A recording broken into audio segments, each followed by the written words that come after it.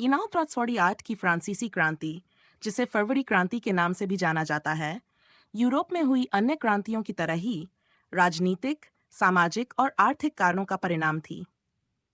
इस क्रांति ने न केवल फ्रांस को प्रभावित किया, बल्कि पूरे यूरोप में क्रांति की लहरों को जन्म दिया। यहाँ यूरोन सॉरीबाट की फ्रांसीसी क्रांति के प्रमुख कारण दिए गए हैं। राजनीतिक असंतोष, राजनीतिक स्वतंत्रता की कमी। लुई फिलिप की जुलाई राजशाही के दौरान फ्रांस में राजनीतिक स्वतंत्रता सीमित थी। आम लोगों को राजनीतिक प्रक्रिया में भाग लेने का अधिकार नहीं था और केवल धनी वर्ग ही वोट दे सकते थे। सत्तावादी शासन, लुई फिलिप का शासन तेजी से सत्तावादी हो गया था, जिसमें वह विरोध और असंतोष को दबाने के लिए सेना और पुलिस का उपयोग करता था। इससे जनता में आक्रोश बढ़ता गया। सामाजिक असमानता, वर्ग भेदभाव।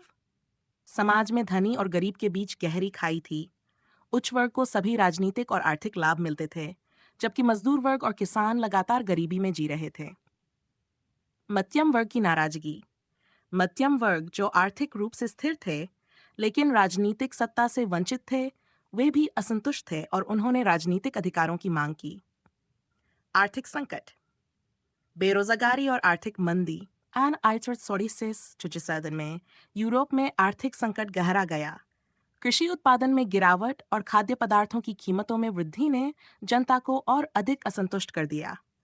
औद्योगिक उत्पादन में भी गिरावट आई, जिससे बेरोजगारी बढ़ी। मजदूर वर्ग की स्थिति, औद्योगिक श्रमिकों की स्थिति अत्यधिक दयनीय थी।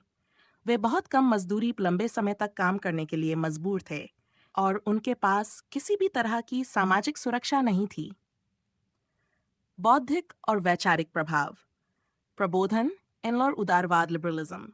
प्रबोधन काल और फ्रांसीसी क्रांति के सिद्धांतों ने स्वतंत्रता, समानता और बंधुत्व के विचारों को बढ़ावा दिया।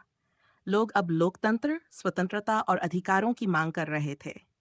राष्ट्रीयता, फ्रांस में राष्ट्रीयता की भावना बढ़ रही थी और लोग एक मजबूत और स्वतंत्र राष्ट्र की स्थापना के लिए उत्सुक थे।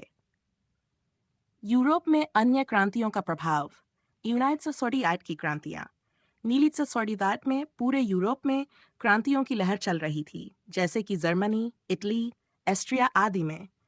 ये क्रांतियां आपसी प्रेरणा का स्रोत बनी और फ्रांस में भी क्रांति के लिए माहौल तैयार हुआ। क्रांति का परिणाम, 1848 की फरवरी क्रांति ने लुई फिलिप की राजशाही को समाप्त कर दिया और द्वितीय फ्रांसीसी गणराज्य की स्थापना की। हालांकि क्रांति के बाद के वर्षों में गणराज्य कमजोर हो गया और अंततः 1925 में लुई नेपोलियन बोनापार्ट ने एक कूप के बाद साम्राज्य की स्थापना की, जिससे दूसरा फ्रांसीसी साम्राज्य अस्तित्व में आया। ये क्रांति सामाजिक, राजनीतिक और आर्थिक सुधारों की मांग का प्रतीक थी और इसने फ्रांसीसी समाज और सरकार में स्थायी परिवर्तन किए। जानकारी अच्छी लगी हो तो प्लीज़ चैनल को सब्सक्राइब करें एंड शेयर करें।